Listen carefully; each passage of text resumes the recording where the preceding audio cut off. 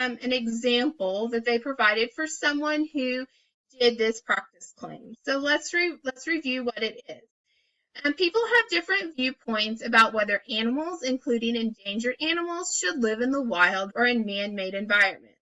Write an argument essay about whether animals should be kept in controlled environments, such as zoos or nature parks. Be clear to state a claim and address an opposing viewpoint using evidence from both passages. So let's look at what the student wrote. It says, have you ever thought that keeping animals in the zoo is actually beneficial to them in any way? So what the student has done is they've introduced in a question form the topic that you're going to be writing about. That is true because animals are treated in the wilderness and exposed to some unhealthy living conditions. However, some people say otherwise because they think animals are not given the same type of freedom as they are in the wild. That might be true in some cases, but the reason why they should be kept in zoos or nature parks far outweighs the cause the park far outweighs the cause than why they shouldn't. Animals should be kept in zoos or nature parks because they are being treated with love and care and also are protected from all hurt, harm, and danger, and it's also increasing the population of endangered species. So after reading their introductory paragraph, we can tell that their claim would be that animals should be kept in zoos or nature parks. Now, one thing I'm going to suggest to you is in your introduction paragraph, I would get my claim stated a little bit further in the very beginning of your paragraph.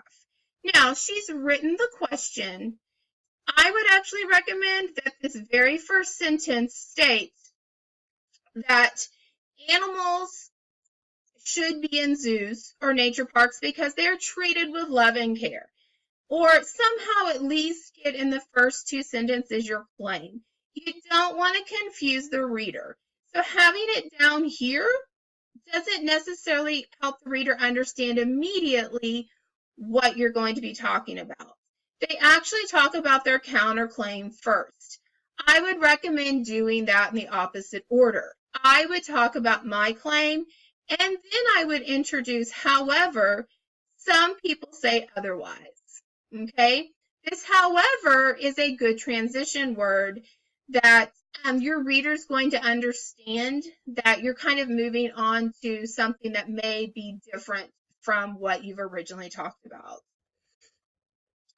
So she continues to say, animals that are being kept in zoos are being treated properly with the love and care. For example, they're being fed a proper nutritional diet on a regular schedule so they're able to maintain a healthy lifestyle. Also, animals are receiving medical care from veterinarians to make sure they are properly nourished. Animals are also being protected from wildlife predators and hunters. For example, with the animals being in the zoo, they have rangers to watch over them just in case they are endangered by anything.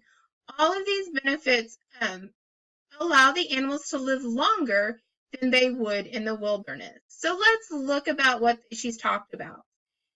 She has some of her evidence. Animals that are being kept in zoos are being treated properly with love and care. There's evidence. That could be evidence that's in your articles.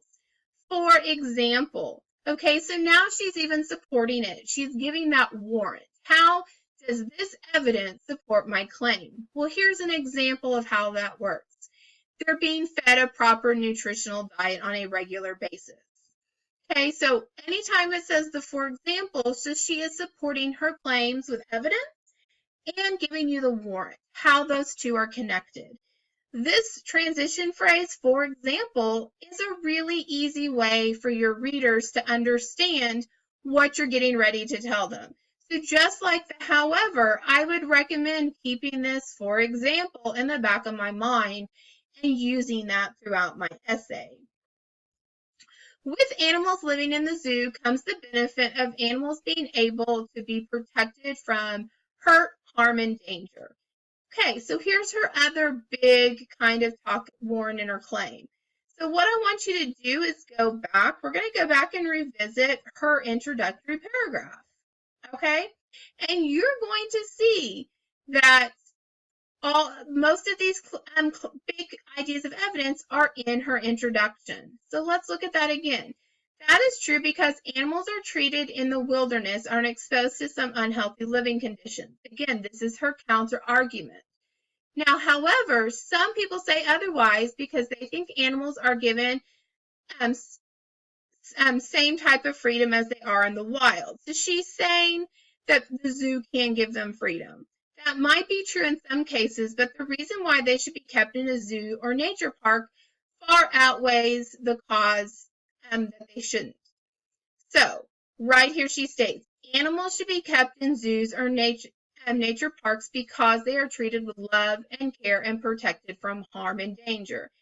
And it also is increasing the endangered population, the endangered species. So let's look down here again. So you're going to see that first bit of evidence, and as part of her claim, she has restated at the top of this paragraph. Now, you can also see up here, with animals living in zoos come the benefit of animals being able to be protected from hurt, harm, and danger. They are given the opportunity to live in a safe environment without having to worry about being treated or threatened by the wildlife. Also, they live in great living conditions. According to the passage, right here, here's another statement that I want you to keep in mind. According to the passage, this is proof that you are using the passages as evidence for your claims. So you're going to want to keep that in mind. So we've talked about using however in your sentences to move on to counter arguments. We've talked about, for example, those would be also your warrants that are connecting your evidence and your claim, and also according to the passage. So there's another one that you might want to keep in mind. So it says, according to the passage, zoos spend millions of dollars to create bigger and better animal enclosures in order to provide the improved conditions for animals. Animals' lives were also affected in the wild from pollution caused by humans with animals living in zoos. They are protected from that happening. So zoos are increasing the population of endangered species. So here's another one that she talked about in her introductory paragraph that she's coming back to revisit. That is because they're able to reproduce more, according to the passage. So again, now your reader knows, okay, she's referring back to what she's read. Animals are in a controlled environment. Their numbers can increase and prevent extinction.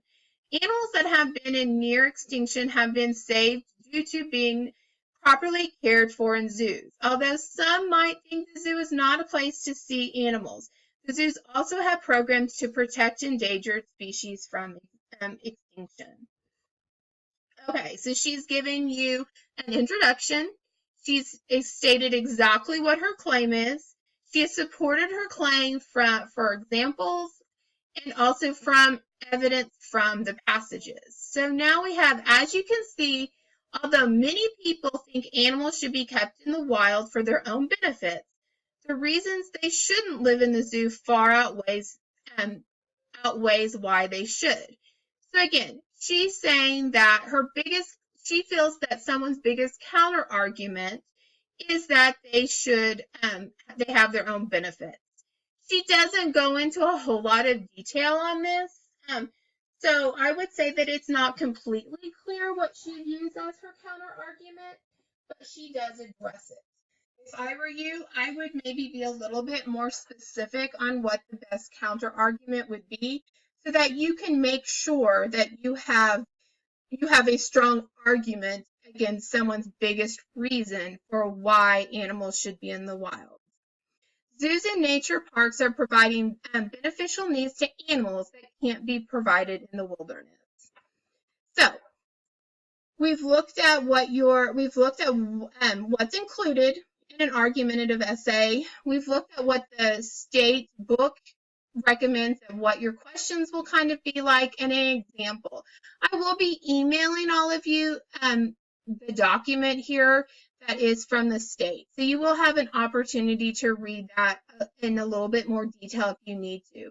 But now what we're going to do is we're going to look at what's the best way to do an outline so I don't forget to include something in my essay. Okay, so here's a simple outline for an argumentative essay that you could practice kind of writing down to make sure you have it in your head. The first thing that you're going to want to do on your pre-writing page is write the claim. Specifically state what your claim is. For evidence, I would recommend having at least 3 types of evidence. And you're going to want to make sure that some of that comes from the articles they've given you. As a matter of fact, I would try to do at least 2 of those from what you've read and maybe 1 from personal experience. But your personal experience is not necessarily always going to have the same credibility that someone's going to understand as well as they are going to from the evidence from the writings. And so that's why I would make sure and have 2 at least examples from the writing, and then maybe 1 that is something from your life or from your experience. So my first paragraph is that introduction. Here's my claim. I've got my 3 forms of evidence. Here's the counter argument point. Kind of what is going to be their strongest point. Do not give 3 things for counterpoints. You want to give 1 and then give a rebuttal for it. Why is your claim still better than the counter viewpoint? And so you want to make sure give 1 counter argument and immediately give a rebuttal about why you're still correct. And then just keep in mind your conclusion needs to restate your claim. It needs to restate your evidence and why your claim is even important. So at the end of so as your reader is finished reading, they leave with the idea of why what you're saying is important for someone to believe. So again, here is your outline that I want you to practice. All of my students, you are going to be required to do an example argument from the book. You cannot use all the same evidence and everything from the practice example. I want you to think of other things from the other evidence from the story. Maybe you want to purposely write the counter argument for what the student wrote in the practice. Either way is fine. Today is Wednesday, March 21st. I will be emailing this out to you and your parents. I would like for you to have an essay written to me and turned in either through Google Docs, a Word document, or even if you have to, just written out in an email. But I need that by Thursday, March 29th at 5 o'clock. That way I have time to look at it and give you suggestions for those people that start testing immediately on April 2nd.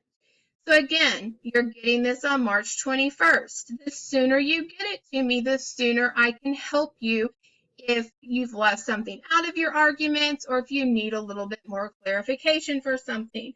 So again, you will send me your example by March 29th. That gives you a week, which is plenty of time. If you have questions, you may contact your teacher. Thanks.